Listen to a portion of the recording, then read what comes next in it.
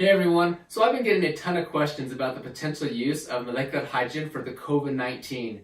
Now, there does appear to be some good rationale for why it would be used, and in fact in China there are already several clinical studies where they're using molecular hydrogen to treat the COVID-19 patients. According to some of the researchers, the preliminary data is really quite promising, in so much that at least one governmental organization is now recommending the use of molecular hydrogen for these patients.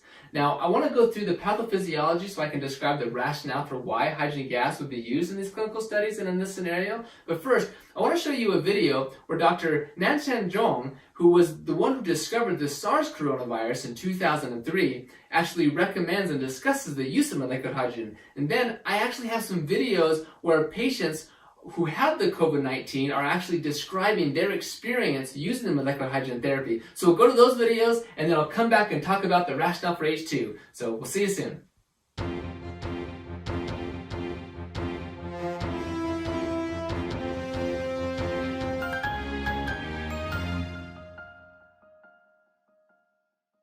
We just finished some of the data from 3 hospitals.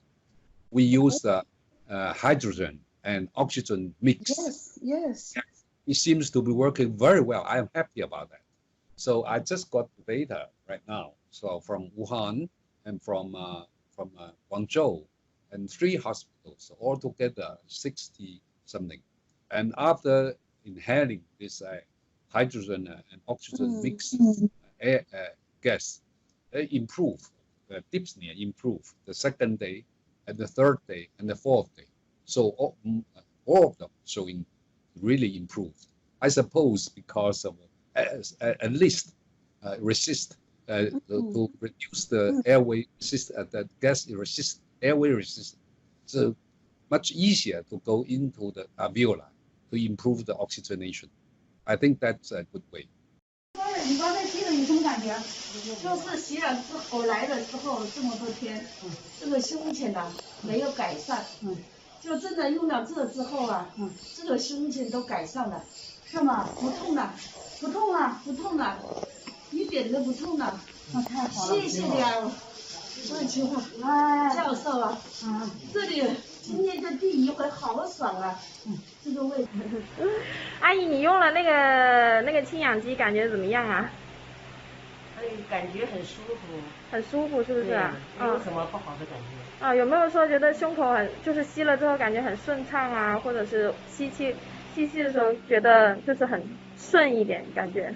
对，原来一深呼吸呢，就会咳嗽，但是用了这个以后呢，咳嗽啊，基本上没有了。而且深呼吸的时候都不会咳嗽。好。你用这个机感觉怎么样？用这个机感觉还可以。有没有说觉得好像吸气会更舒服啊，更顺畅，就是更顺畅一点，是不是？对。特别是第一次用的时候。什么感觉？感觉就是像气道打开了一样。这种感觉。对，以前不敢做这个深呼吸。用了它以后可以深呼吸。好的。你感觉吸了这个机之后感觉怎么样啊？吸了半天就感觉胸口就不痛了。不痛了？就没有那么痛，然后现在都不痛了。现在不痛了？那就以前生活的痛比较痛。之前是胸闷，跟前面这里跟后背都有点痛，然后吸了这个新气以后就半天以后就感觉就舒服很多，就没有痛。好，谢谢啊。So I hope you enjoyed those videos. It really is quite fascinating. I'm excited to see what the clinical studies show. Like I said, some of them should be published here quite soon. So let's go into this COVID-19 and figure out exactly what's going on. So the COVID-19 is the disease that is caused by the SARS coronavirus. Now SARS stands for Serious Acute Respiratory Syndrome. So it really is something to do with the lungs. So here we have the SARS coronavirus. It's going to go into the lungs and it's going to attack the alveoli. So here we've zoomed in on an alveolus here. So the virus will come in, has a spike protein. It's going to use that to anchor itself onto the ACE2 or the angiotensin converting enzyme type 2, and it's going to release its positive single-stranded RNA into there. That's going to basically take over the cell's ability and causes viral replication and make more viral particles and everything. And then this type 2 pneumocyte is then going to release these mediators to recruit these macrophages. Then the macrophage, the white blood cells, going to release these various cytokines, okay, interleukin 6, interleukin 1, TNF alpha, tumor necrosis factor alpha. That's going to go into the plasma and then it's going to release neutrophils. That's going to increase some of the vasodilation permeability, so that neutrophils are going to now go into there. It's going to start creating a reactive oxygen species, and the reactive oxygen species are very damaging oxidative molecules that are going to, kill the viruses. Well, the virus is already dead, but, kill everything, inhibit viral replication, and do exactly what we want them to do. So that's a very important part of all of this. But as this continues going, you're going to get more and more of this reactive oxygen species, more of the inflammation, you get more vasodilation, more capillary permeability. But because you actually are destroying your type 2 pneumocyte, well, type 2 pneumocyte is what's important to make surfactant. If you don't have surfactant, your lungs aren't going to work correctly. So you don't have the reduced surface tension, so you have a decreased concentration. Plus, with the permeability, all the plasma is releasing out into the alveolus, and so now you have a collapsed alveolus. So, of course, you have a collapsed alveolus, you're going to have very difficult for gas exchange. You're going to have to work really hard to breathe. So you're going to have a very difficult time breathing with that problem. When this, because of all the reactive oxygen species, you're damaging the actual cell. So the whole entire alveolus will end up dying. And now you're going to try to be coughing that up, so you have a productive cough. So people are going to present with a cough and everything. Plus, with the interleukin 6, interleukin 1, these are going to go to the hypothalamus. That's going to control the body temperature. It's going to say, hey, let's increase the body temperature. That's going to cause a fever, so now people are going to have a fever. So all this is going to continue getting more and more inflammation. You get this systemic inflammation, so more vasodilation, and that's going to cause lower blood pressure, or hypotension. So you're just going to feel weak and fatigue and everything, right? So you have this hypotension. Well, that's also going to cause low blood perfusion. Well, low blood perfusion, meaning you're not going to get the oxygen-rich blood to your cells. So that's going to cause low oxygen levels or hypoxia, right? So now you're going to be short of breath. Plus, with this issue, you're going to short of breath, but also here, and that's going to activate the chemoreceptors. It's going to cause you to activate sympathetic nerve activation, so you're going to have a higher heart rate, for example. So you have fever, difficulty breathing, higher heart rate, a cough, all of these things, but you're not getting the nutrients there either. You're not being able to do metabolic waste removal. So that's going to cause cell death, right? Apoptosis, necrosis, autophagic cell death, the different pathways of cell death, and that essentially killing enough cells, you're going to cause multi-system organ failure. Now that's, of course, really bad. Like for the lungs, like this is what we're talking about right here. Also in the kidneys, you're not getting the right blood circulation and everything, so your kidneys start having problems. You have higher blood urea nitrogen levels. Your liver is also being damaged. You have ALT, AST, all these different tissue damage that's occurring on. And as this continues, you can get ours, the acute respiratory distress syndrome. Now, most people who die of, say, COVID-19 or other SARS-like viruses, they die because of the acute respiratory distress syndrome. Again, it's a disease of the lungs, and that, of course, all this leads to death. So we need to stop this, right? That's the whole goal, is what can we do to stop this? And of course, the idea is, okay, how do we inhibit viral replication? How do we inhibit all this stuff? How do we get our immune system going? Well, notice that a lot of the damage is occurring here from the reactive oxygen species and this inflammation that leads to systemic inflammation. Well, let's zoom in on this a little bit and understand it, because this is really what's going to help you to understand the rationale behind hydrogen gas, rationale for hydrogen gas. Why are they using it in the clinical studies? Why is it having the effect that it does? It helps to explain all of this. Okay, so first, reactive oxygen species. Again, these are very oxidizing molecules. Well, actually, superoxide is reductive, but the point is they cause a lot of oxidative damage, okay? You cut your apple in half and it turns brown, that's oxidation, that's damage, it's rusting. And that same thing happens to your cells. It causes lipid peroxidation, DNA damage, all of these things. So we don't want to have an excessive amount of that. But these are also important. These neutrophils, they produce these reactive oxygen species. They express these NOx enzymes or NADPH oxidase enzymes. And it takes oxygen, normal oxygen, and converts it to the radical superoxide. The mitochondria, electron transport chain, also produces as a source for superoxide production. This is also very important. Superoxide is what is, again, killing the pathogens, killing all the bad stuff and helping you. So you really want superoxide. You just don't want too much of it. It's got to be regulated, right? Also nitric oxide. Well, nitric oxide is very critical. It's a vasodilator. Of course, that's really good. But you don't want too much of that because that's going to cause misdistribution of blood flow and whole sorts of problems. So we need to have that regulated as well. But nitric oxide it can inhibit viral replication. It's extremely important for the immune system. But again, you don't want too much of it. You want to keep that regulated. Well, when you have this cycle going on, these are just getting higher and higher and higher and higher. And now you're just causing all sorts of necrosis and cell damage. You're inducing apoptosis, right? That's the cell death we talked about. Well, also when these get high, they react instantaneously to form none other but peroxynitrite. Peroxynitrite is literally like the most oxidizing, damaging molecule that there is. It is pernicious, it is terrible, it is a bad molecule.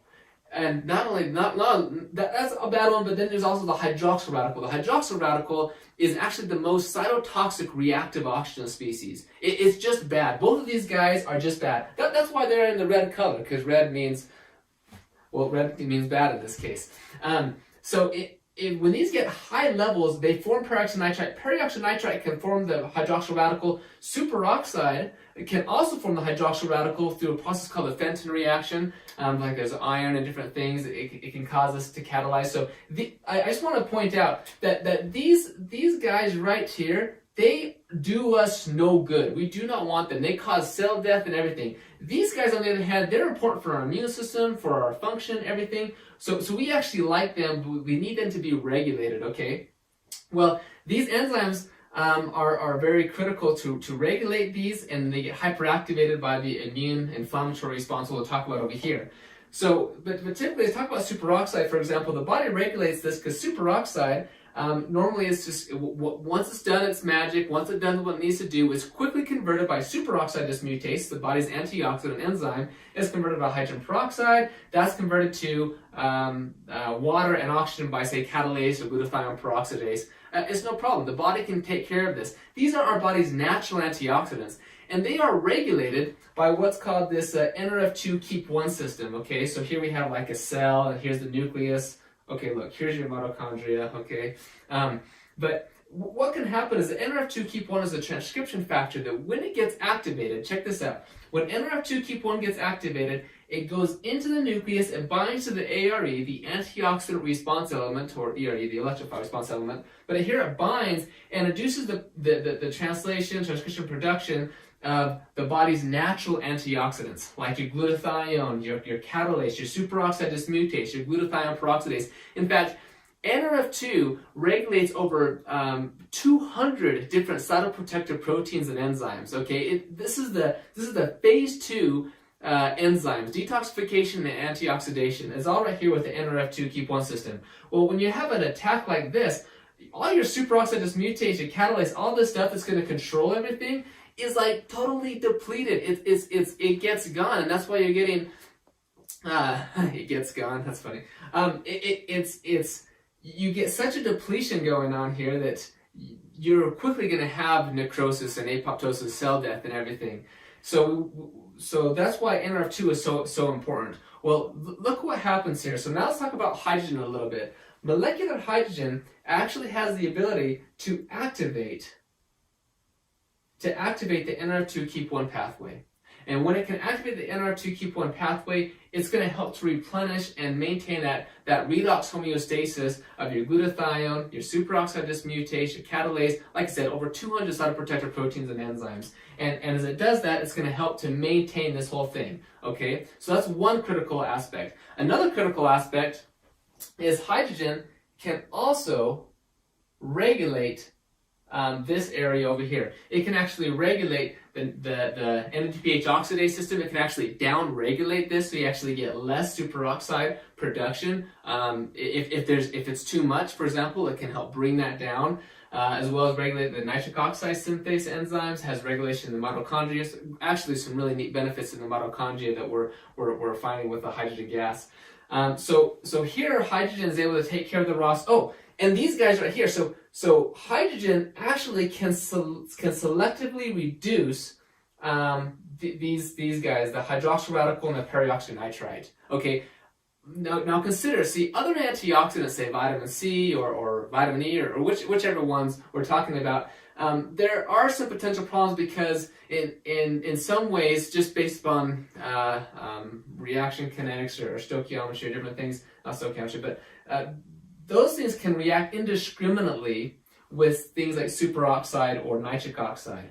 Okay, hydrogen gas can actually not react with nitric oxide or superoxide. The only things it can react with are these very dangerous and very damaging oxidants, hydroxyl radical and peroxynitrite. It can't react here, but it can selectively reduce these guys. It can increase NRF2 activation to increase your body's natural antioxidants, and it can regulate the enzymes, the very enzymes that are producing these. So it's a very good regulatory system of what hydrogen gas can do, okay? And consider it is the smallest molecule, smaller than oxygen, so it's able to diffuse into the cell, into the nucleus, into wherever, very easily, where it can have these regulations, okay?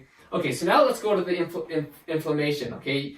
During this process, we get what's called the cytokine storm. That's when we have just this huge upregulation of all these cytokines, and we have tons of problems going on here, okay? So, for example, interleukin 6, interleukin 4, tumor necrosis factor alpha. Well, these are regulated by other transcription factors like NF-kappa B, NFAT, STAT1, or STAT3. These transcription factors regulate and increase the production of all of these. Well, guess what activates these?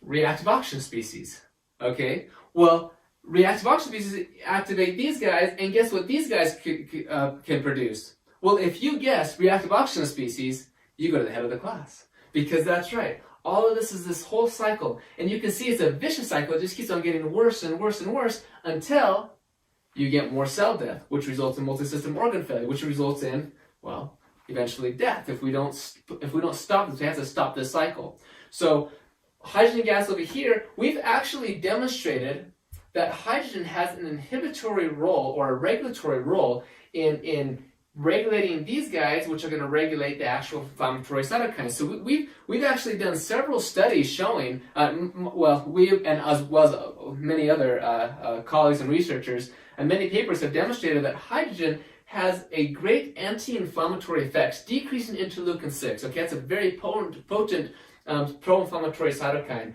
So hydrogen can regulate NF-κB, NFAT. It's going to decrease these cytokines.